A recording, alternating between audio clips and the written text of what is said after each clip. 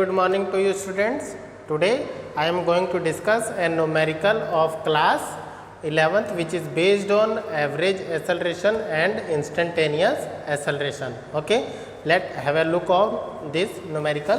So numerical given to us is a particle is moving in a straight line. Okay, so कोई particle है वो straight line में move कर रहा है. Its displacement at any instant t is given by x is equal to 10t plus 15t cube. So हमें displacement given है x is equal to 10t plus 15t cube where x is in meter and t is in second. Find average acceleration in the time interval t is equal to 0 to t is equal to 2 seconds. So first हमें क्या find करना है? First हमें average acceleration find करना है. Time interval आपको given है t is equal to 0 to t is equal to 2 second. Okay, second क्या बोला है आपको? इंस्टेंटेनियस एक्सेलरेशन फाइंड करना है at t is equal to 2 second. At t is equal to 2 second. Okay, so now displacement given है. Displacement x equal to कितना गिवन है? 10t plus 15t cube. Okay, we have to determine the average acceleration and instantaneous acceleration. So acceleration के लिए हमें ये पता होना चाहिए कि velocity कितना है, क्योंकि average velocity को अगर हम average acceleration की बात करते हैं तो average acceleration क्या होता है? Final velocity minus initial velocity. यहाँ पे हमें इंटरवल दिया है t is equal to 0 to t is equal to 2 second. तो t is equal to 2 second पे हम वेलोसिटी कैलकुलेट कर लेंगे और t is equal to 0 second पे वेलोसिटी कैलकुलेट कर लेंगे. सो वहाँ से वेलोसिटी का जो डिफरेंस है वो हमें क्या दे देगा? एक्सेलरेशन मिल जाएगा वहाँ से. सो सबसे पहले हमें क्या डिटरमाइन करना है? सबसे पहले हमें डिटरमाइन करना है कि बॉडी की या पार्टिकल की वेलोसिटी कितनी है. So velocity v is equal to क्या होता है? dx divided by dt. Clear? So let us do it. So d by dx 10t plus 15t cube, it will give you 10 plus 3 into 15t square. Okay, so from here velocity of the body आपको कितनी मिली है? 10 plus 45t square. Okay, now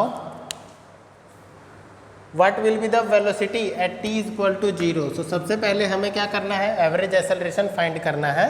तो average acceleration find करने के लिए आपको पता होना चाहिए कि t is equal to 0 second पर वेलोसिटी कितनी थी और t is equal to 2 second पे वेलोसिटी कितनी थी. क्योंकि एवरेज जो एक्सेलरेशन होता है वो आपका क्या होता है? v2 minus v1 divided by t2 minus t1. Okay, so इस कंडीशन में हमें पता होना चाहिए कि आपकी फाइनल वेलोसिटी कितनी है और इनिशियल वेलोसिटी कितनी है. So at t is equal to 0, अगर टाइम आपका कितना हो? 0 है, तो v इज इक्वल टू कितना हो जाएगा? 10 plus 45 into 0 square, it will be 10 metre per second. Clear? And at t is equal to 0 v will be, velocity आपकी कितनी हो जाएगी? Sorry, t is equal to 2 second.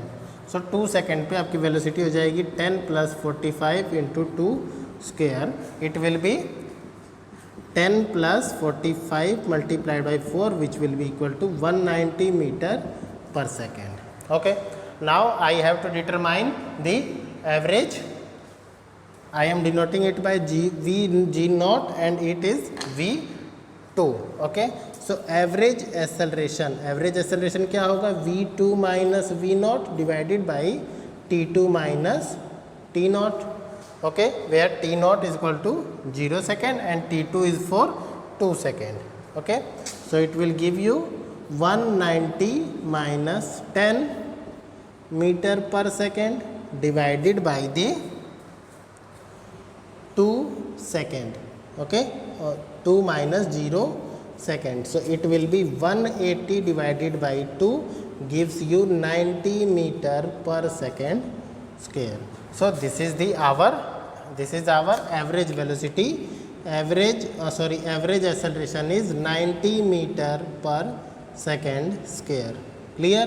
So average acceleration is 90 meter per second square.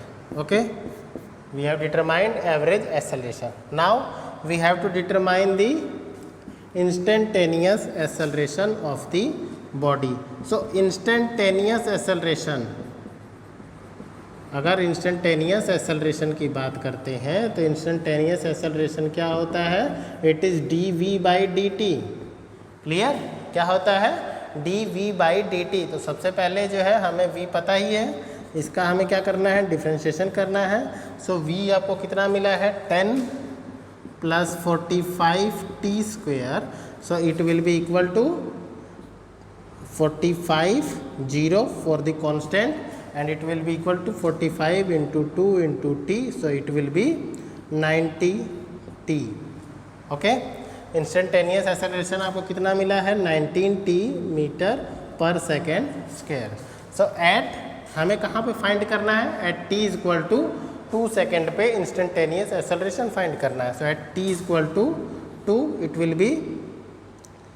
it will be a instantaneous will be equal to 90 × 2 m/s² और 180 m/s²।